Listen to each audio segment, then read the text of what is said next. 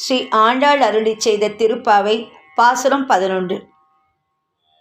கற்றுக்கரவை கணங்கள் பல கரந்து செற்றார் திரளழிய சென்று செரு செய்யும் குற்றமொன்றில்லாத கோவலர்தம் பொற்கொடியே புற்றரவல் குல் புனமயிலே போதராய் சுற்றத்து தோழிமார் எல்லாரும் வந்து நின் முற்றம் புகுந்து முகில் வண்ணன் பேர் பாட சிற்றாதே பேசாதே செல்வ பெண்டாட்டினி எற்றுக்குறங்கோ பொருளேலோரெம் பாவாய்